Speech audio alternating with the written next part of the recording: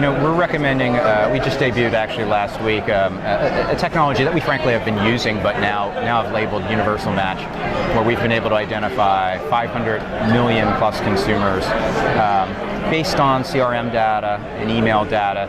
And all that is towards the means to answer your question, which is the best thing to do is to understand who that consumer is in the context of their devices. So deterministic, actual, real identification of those consumers, building profiles not just on those devices, but on the consumer within the context of the device so that they get even more personalized messages. Consumers want you to know that they're the same consumer across multiple devices and want you to message them appropriately.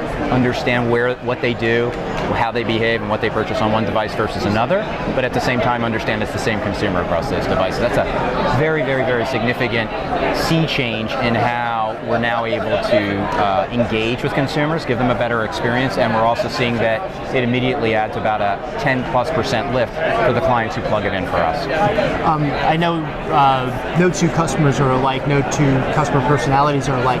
Is it like that too when it comes to how often a customer uses the device? Like, do you see that customers who are using a smartphone act one way, where they may be a different kind of consumer may be like tablet or desktop oriented?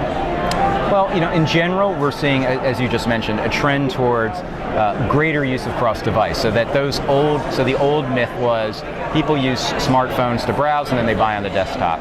And we certainly still see multi-device in over 40% of purchases, close to 50% at this point in the United States, much more than that globally, that people are using them in different ways. But at this point, as I mentioned up front, the smartphone has become a purchasing device as well. So it's about the individual, but in general, the smartphone is turning into the purchasing device. That's the trend, and apps within that are especially the strongest converters and being used more and more as a purchasing device.